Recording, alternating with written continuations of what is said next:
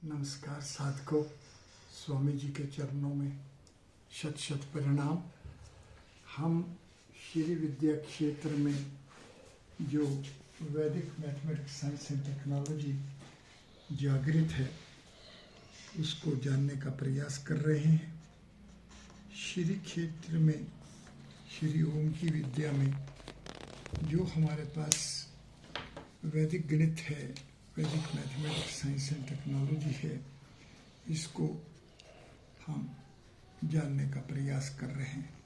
आज इस छठे लेसन में, प्रारंभिक छठे लेसन में, एक तो हम एक शब्द या एक से अधिक शब्द लिया करेंगे ताकि उसके बारे में जानने से हमें आसानी हो जाए कि कैसे इसके अंदर वैदिक मैथमेटिक्स और टेक्नोलॉजी के गुण सन्निहित हैं। अब पवित्र शब्द जो है ये 6, ये 9, ये 6 और ये अनुस्वार 9, ये पवित्रम जो है ये हमारे को 30 अंक वाला है। तो चतुष्पीठ जो है वो पवित्रम स्थिति में है। ये स्थापत्य का पवित्रम स्वरूप है, इसलिए इस पवित्र शब्द को और इसी तरह वो सभी शब्द जिनका दिव्य अंक 30 है वो जानकर हमें बहुत प्रसन्नता होगी और हम चतुष्पीठ के बारे में ज़्यादा जानेंगे। जैसे कि अब राम शब्द है, ये 15 दिव्य अंक हैं और जब हम राम राम कहते हैं तो हम अपने आप को पवित्र कर रहे होते हैं, हम अपने आप को चतुष्पीठ पर स्थापित कर रहे होते हैं। इसी तरह से जो सालग्राम है, ये सालग्राम की जो महत्ता है ये इसके 30 अंक के कारण है, ये पवित्र स्वरूप के कारण से है।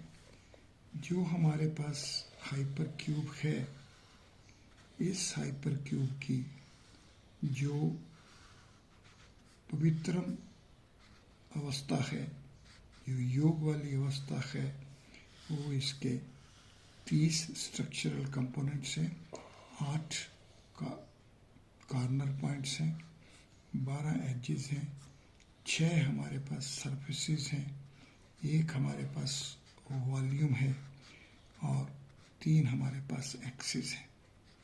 इस तरह से ये वैदिक गणित, वैदिक विज्ञान, वैदिक तकनीकी, ये सब के सब एक साथ श्री विद्या में जागृत हो रहे हैं। दूसरी चीज़ मतलब इन दिव्य अंकों की व्यवस्था और इन दिव्य अंकों की व्यवस्था से जो हम ट्रांसेंडेंटल कोड वैल्यूज डिक्शनरी बना रहे हैं उसको हम एक बहुत ही उपयोगी यंत्र तैयार कर लेंगे। दूसरी बात जानने की है कि हमें स्थापत्य पे ध्यान देना है और स्थापत्य में ध्यान देने पर हमें चतुष्पीठ में जाना है और चतुष्पीठ में जाने का तात्पर्य हाइपर क्यूब 4 या ब्रह्मा जी की सृष्टि का ध्यान करना है। इसलिए ये जो हाइपर क्यूब 4 है जो कि सॉलिड बाउंड्री के अंदर है, जो 8 कंपोनेंट्स के अंदर है, इस व्यवस्था को जानना है। हाइपर क्यूब 4 में 2 स्पेस, 3 स्पेस, 4 स्पेस और 5 स्पेस जिसका ट्रांसेंडेंटल ओरिजिन है, इसको जानना है। और इससे आगे जो हम चतुष्पीठ की इस अवस्था में पहुंच जाते हैं कि ये पूर्व में 21, पश्चिम में 22 और उत्तर में 16, दक्षिण में 24, ईशान कोण में 33, आग्नेय कोण में 30, वायव्य कोण में 34 और नृत्य कोण में 42। आइए जरा ध्यान से देखें, क्या ये सभी की सभी एकाधिकेन पूर्वेन के उदाहरण हैं? क्या एकाधिकेन सूत्र यहाँ पर अकेला यही सूत्र ही हमें ये सब बता देता है? तो देखिए, पहला 21 से 22 जाना, जो कि 21 जमा 1 है, ये तो अपने आप में ही स्पष्ट है। अब देखिए, 16 से 24 में जाना का तात्पर्य हुआ 2 गुना 8 से 3 गुना 8 में जाना, और 3 जो है 2 जमा 1 है, तो हम जान पाएंगे कि किस तरीके से जो उत्तर है इससे दक्षिण में जो जाना है, ये भी एकाधिकेन पूर्वेन सूत्र को जो अनुरूपेण जो पहला उपसूत्र है उसके साथ मिलाकर प्रयोग में लाएंगे, तो हम जिस तरह से पूर्व से पश्चिम में जा सकते हैं, इसी तरह से हम उत्तर से दक्षिण में भी इस एकाधिकेन पूर्व का उपयोग कर सकते हैं। आइए आगे देखें कि हमारे पास ये जो अगिन कोण है ये 30 है, ईशान कोण है 33 है। अब 30 3 गुना 10 है और 33 3 गुना 11 है, तो ये 10 से 11 जाना एकाधिकेन है। तो इसलिए एकाधिकेन को हमें किस तरीके से डबल डिजिट सिस्टम्स में भी उपयोग करना है, किस तरीके से एक पट्टी और दूसरी पट्टी में एक साथ चलना हो और एक पट्टी में कोई परिवर्तन ना हो रहा हो और दूसरी पट्टी में हम एकाधिकेन से बढ़ रहे हों, तो ये हमारा एकाधिकेन सूत्र का अन्य प्रयोग है। आइए अब देखें किस तरीके से वायव्य कोण 34 से हम नृत्य कोण 42 में पहुंचते हैं। देखिए ये क्या है, ये 34 है, ये 34 जमा 8 है, और 1 जो है इसका दिव्य अंक 8 है। ये 34 हाइपर क्यूब 9 है और ये 42 हाइपर क्यूब 11 है। ये 9 से 11 में जाने का तात्पर्य हमारे पास डायमेंशन से डोमेन में जाना है, और यही हमारा एक किस्म का 9 से 9 जमा 2 में जाना है, तो हम अनुरूपेण का उपयोग कर रहे हैं। इस तरह से हमारे को स्थापत्य में इन गणित सूत्रों का कैसे उपयोग हो रहा है ये जानते रहना है। अब आइए हम देखें कि किस तरह से सांख्य योग और योग, तो सांख्य निष्ठा और योग निष्ठा दोनों कैसे समांतर विद्याएं हैं और दोनों को कैसे हम उपयोग में ला सकते हैं और समझ सकते हैं। हमारे पास 1 2 3 इस तरीके से हम एकाधिकेन पहले सूत्र का उपयोग करते हुए हम पहुंच रहे हैं। आइए, ये जो हमारे पास 1 2 3 ऐसा लिखना है, इसको हम जब 0 1 0 2 0 3 और ऐसे लिखेंगे तो यहाँ 9 तक पहुँचेंगे। इसको जैसे 10 में देखेंगे तो हमें मालूम हो जाएगा कि all from 9 and last from 10 का उपयोग, तात्पर्य ये कि अगर हम 10 बिंदु ले लेंगे और इनके अंदर 9 गैप्स लेंगे, तो ये किस तरीके से डिस्क्रीट पॉइंट्स से हमारे को कॉन्टिन्यूटी बनानी है, इस पर पहुंचना है, तो ये हमें सूत्र 1 से सूत्र 2 में पहुंचा देता है। आइए अब देखें कि हमने जब 1 से 10 तक पहुंचे तो इस तरीके से एकाधिकेन पूर्वेन से हमें 10 कदम लेने पड़े, पर अगर हम 2 को 1 मान लें तो हमारे पास 2, 4, 6, 8 और 10 केवल 5 स्टेप्स में ही हम वहाँ पर पहुँच गए। ये जो 5 स्टेप्स में पहुँचे, ये हम 1, 2, 3, 4 और 5, अगर एक को एक लेके चलते तो यहाँ तक पहुँचाता, और यहाँ तक पहुँचे तो हम 10 तक पहुँच गए। इस 10 तक पहुँचने को अगर हम ध्यान से देखें तो हम 10 से वापस इधर 5 कदम लें और 1 से 5 तक ये कदम लें, तो ये 1 से 10 जो एक को एक मान के चलना था, इसी का उपयोग हम ऐसे कर पाते हैं। तो ये जो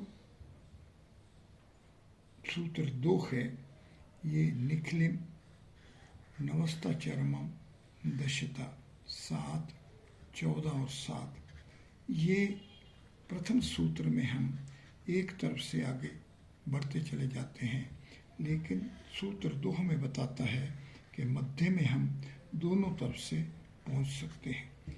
ये सूत्र 1 से सूत्र 2 में जो हम पहुंचे, इसको बहुत ही सफलता पूर्वक पहुंचना कह सकते हैं।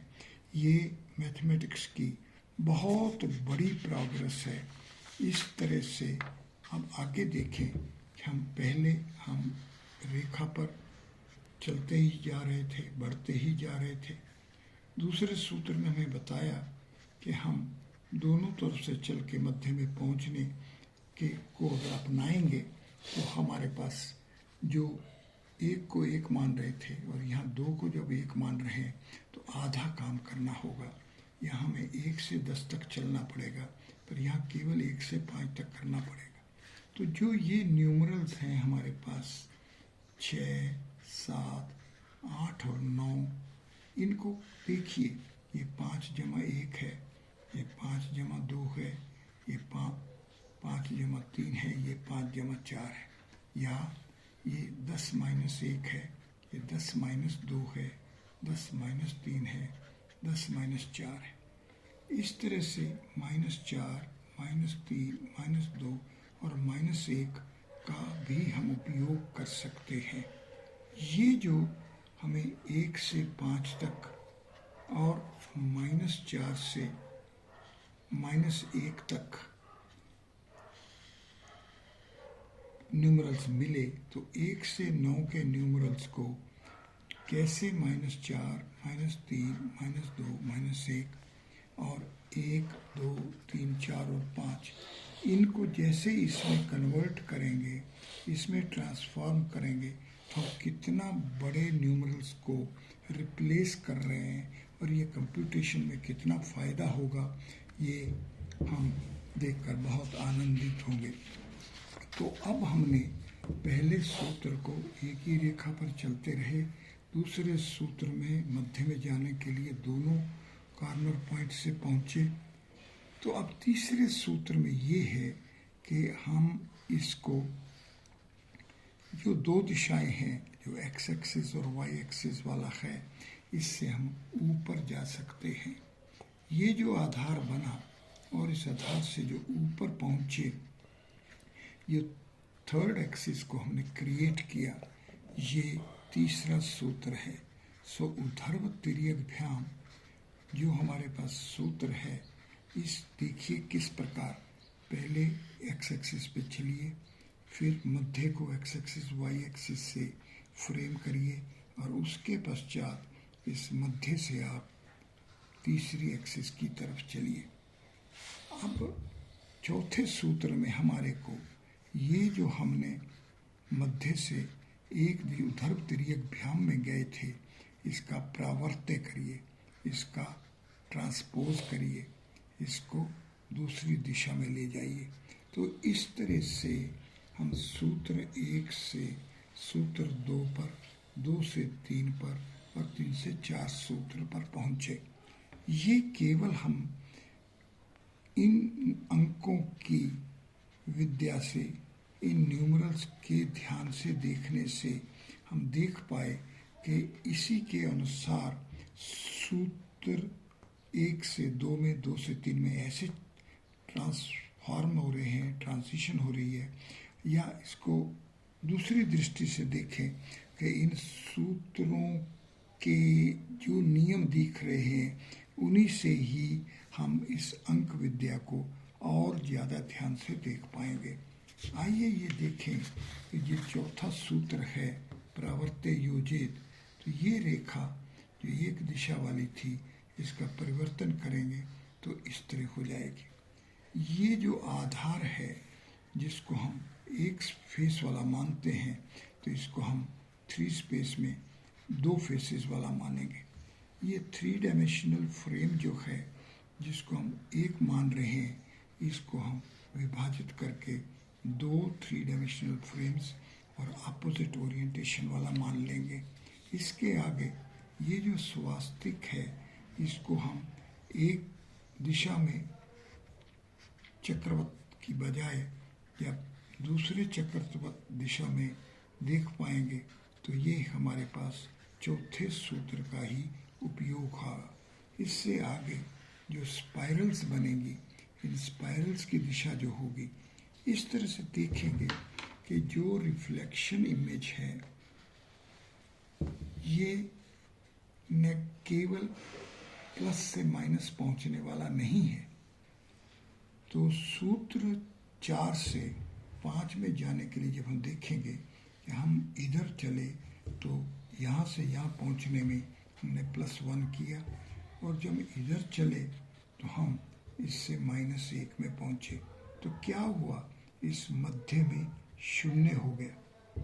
तो ये रेखा जो और ये रेखा और इन दोनों के अंदर ये जो मध्य है ये हमारे पास नदी बन रही है, ये प्रवाह हो रहा है।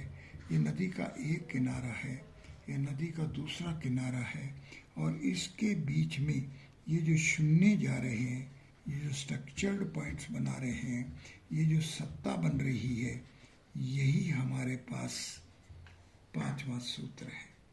इस 5वें सूत्र तक पहुंचना हमारा इन न्यूमरल से 0 में जो कि प्लेस वैल्यू भी बनेगा वहाँ तक पहुँचना है। और इससे आगे इसी के अनुरूप जब हम धरातल की बजाय या हम आकाश में पहुँचेंगे, जब हम कैलाश में पहुँचेंगे और जो हम पाताल में पहुँचेंगे तो ये इसी के अनुरूप होगा। जैसे यहाँ 0 अपना दर्शन कर रही है उसी तरीके से अनुरूपेण से सूत्र 6 में भी पहुँचेंगे। ये सूत्र 6 में पहुँचना और इसके पश्चात जो हमारा पूर्ण अपूर्ण भ्याम है, ये पूर्ण अपने आप में एक इंटरवल है या अपने पास एक हाइपरक्यूब 2 है या हमारे पास हाइपरक्यूब 3 है। किस तरीके से ये 2 भागों में बटेगा जब इंटरवल, तो ये हमारे को ऐसा देगा कि ये क्लोज्ड इंटरवल है तो इसका दूसरा हिस्सा जो है जो हाफ क्लोज्ड इंटरवल है। ये जो विभाजन है पूर्ण और अपूर्ण दोनों का एक साथ होना, यही हमारे को जब कोई मध्य से पॉइंट चलेगा, इतना चलेगा कि इतना अभी चलना रह जाएगा, या इतना चलेगा तो इतना संकलन रह जाएगा। तो सूत्र 6 से सूत्र 7 में पहुंचना और इससे आगे कि अगर हमारे पास चलने से इतना है तो इस चलने से पहले जो स्टेज थी उसको हम डेफिशिएंसी कहेंगे। इस तरह से हमारे को इस क्रम के अनुसार जब हम इन सूत्रों में पहुंचेंगे और इन सूत्रों को क्रम अनुसार अपनाएंगे तो हम केवल अंक विद्या नहीं, हम स्थापत्य को भी साथ लेकर चल रहे होंगे। ये वो अंकों से स्थापत्य में पहुंचना ही हमारे को प्रकाश की विद्या में ले जाएगा और इसी से ही हम ज्योति में पहुंचेंगे। तो अगर हमारे को वैदिक गणित के आधार पर वैदिक मैथमेटिक्स साइंस एंड टेक्नोलॉजी को अपनाना है, वहाँ तक पहुँचना है, तो हमें जैसा कि स्वामी जी ने हमें बताया है कि हमें ध्यान करना होगा। और ये ध्यान के माध्यम से हम अंकों से हम किस तरह से स्थापत्य में पहुँचेंगे, सांख्य से किस तरह से योग निष्ठा में पहुँचना है, इन दोनों का साम्य कैसे है, ये सब जानना होगा। इसके लिए उदाहरण के स्वरूप में एक शब्द सम है। सम का तात्पर्य होता है इक्वल। अब प्रश्न उठेगा कि इसके अंदर वो कैसे है ये मीनिंग। तो अब ये 2 अक्षर हैं, एक सा है, एक माँ है। ये 3 जमा 1 है, ये 9 जमा 1 है, ये 4 है, ये 10 है। तो ये सम कैसे है? 4 कदम वाला है, और ये भी 4 कदम, 1 2 3 और 4। यहाँ पर योग 4 है, फिर यहाँ पर योग 10 है। इन दोनों के अंदर सम क्या है? 4 स्टेप्स। ये भी 4 स्टेप्स है। ये 4 अफाइन स्टेप्स है, इक्वल वैल्यू वाले स्टेप्स है, और ये प्रोग्रेसिव है।